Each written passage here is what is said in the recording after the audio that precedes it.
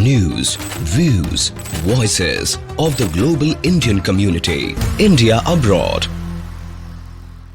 Absolutely, and just to kind of set the context, as you all know, TiE is a 32-year-old non-profit organization committed to fostering entrepreneurship.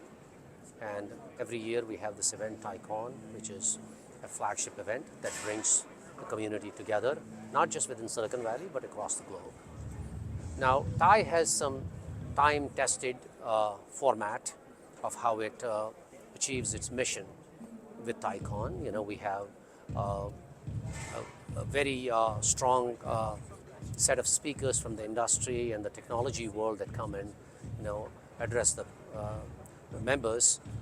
In addition to that, we always have some programs. Now, this structure is time tested, but it gets refreshed every year with what is the latest and greatest happening. And around this time, there is no bigger news in the world of technology than AI. So needless to say, the theme for our conference this year is AI ubiquity and how it impacts all aspects of all industries, all verticals, all aspects of life. We've already seen, today was the first day, and most of our programs are fully subscribed. We have a strong registration. We have a strong set of speakers planned out. So the excitement is quite visible. You can see that not only the topic, but also the way in which the hundreds of volunteers of TiE have put this conference together is starting to have a tremendous impact. Again, as I said, the TiE's mission is to remain in with the times. If you look at the world of technology or the Silicon Valley, right, and the demographics that makes that impact, it makes sense for TiE to be representative of that demographic, right? Other thing we want to make sure is, we are encouraging the youth to be part of TiE, to benefit from TiE. But all of that doesn't happen by default. Conscious effort has to be made to make that happen. And we have this year reached out to universities and startups, etc. I mean, startups tend to have younger talent mostly. Universities, of course, is where, nowadays, if you look at the culture in many universities, students who are still studying are already thinking about being an entrepreneur, etc. So a platform like TiE is very appealing to them. So we've tapped into that sort of a demand, so to speak, and found the university ecosystem quite responsive to that as well. So we've combined startups and universities with seasoned industry leaders from corporates, etc., and brought them together under this one umbrella for next 3 days now in a row to create this magic that you saw.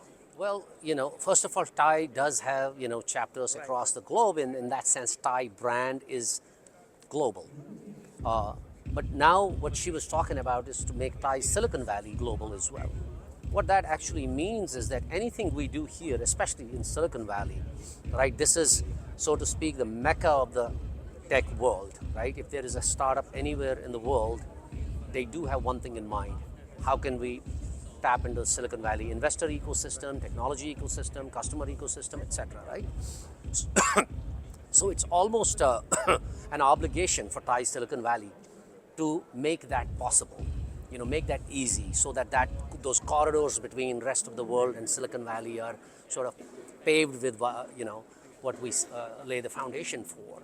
So that's essentially what Anita was talking about when she said that TiE, our mission is to make TiE global, and by being global, it becomes more relevant as well. What's happening in India is felt here. The pace at which startups are emerging. I mean, India's demographic dividend, everybody talks about. We have probably the most number of youth in the world today. And not only do we have that, we have a very well-established education system that generates a lot of talent that, if given the proper opportunity and platform, can actually create the next thousands of unicorns that are going to emerge on this planet. And that's exactly what TiE senses as well. So Anita has, traveled to India, approached the industry bodies and the government bodies necessary to kind of build that bridge between that ecosystem and Silicon Valley. And as a result of that, we have, as you said, 30 startups, that we are basically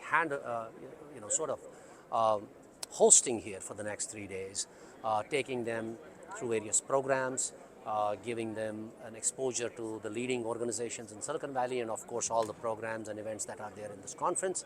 And we are also collecting feedback along the way to kind of understand in a timely fashion whether it is having the desired impact. And so far I'm pleased to say that any feedback that I'm receiving from them is that they are appreciating what they are getting. They find it immensely valuable, the information they're getting, the networks they are building, and other insights on how to take their respective ventures to the next level. Well, I don't want to make a political statement per se, but I think we serve the community better by aligning with the governments, right, who are hopefully elected by the people, right? So we have to respect that mandate. Our opinion doesn't matter, right? Work with the governments and amplify the impact that we can make. Now, objectively speaking, when you look at the sentiment in India, sentiment globally about India, the only observation you have is Mr. Modi is doing a phenomenal job of making India rise again on the world stage. It's my personal sentiment for sure. I cannot speak for TiE, but I am a big fan of Modi ji, at a personal level, and I hope that his leadership takes India to the next stage in the coming years. See, India has made a lot of progress, right? I mean, the infrastructure that is developing, I mean, you cannot deny that, it's just making progress by leaps and bounds, and some of the vision outlined by the government is also along the right lines. But more execution is needed, right? Sometimes there is a gap between what the vision is and what the reality on the ground is, right? So we have to continue to unlock the potential. We have to continue to help remove the obstacles. Like, for example, many things that you get done here. If I were to, let's say, start a new venture and launch a corporation, I can do it really fast here. If I want to close that corporation, I can do it really fast here. India doesn't have as much of a speed today, right? So there are some things, like if you can make it easy to do business in India, I can tell you that every entrepreneur, everybody wants to have India as a market, India as a capacity, have something to do with India, right? That is for startups, that's for large companies. All India has to do is make it easy. Just like, China in manufacturing. Like, I'm not from manufacturing world, but those of in my network that come to manufacturing, they say in China, if you want to set up something in manufacturing, it happens very quickly, right? Everything aligns together to make it happen. And that's how, if you have to manufacture something, you want to go to China. India can achieve the same thing. So we need to get our internal house in order at the local level, at every city level, and the opportunities will start coming, and India will become a 10 trillion economy, whatever, like one of the largest economies in the world in no time as a result of that.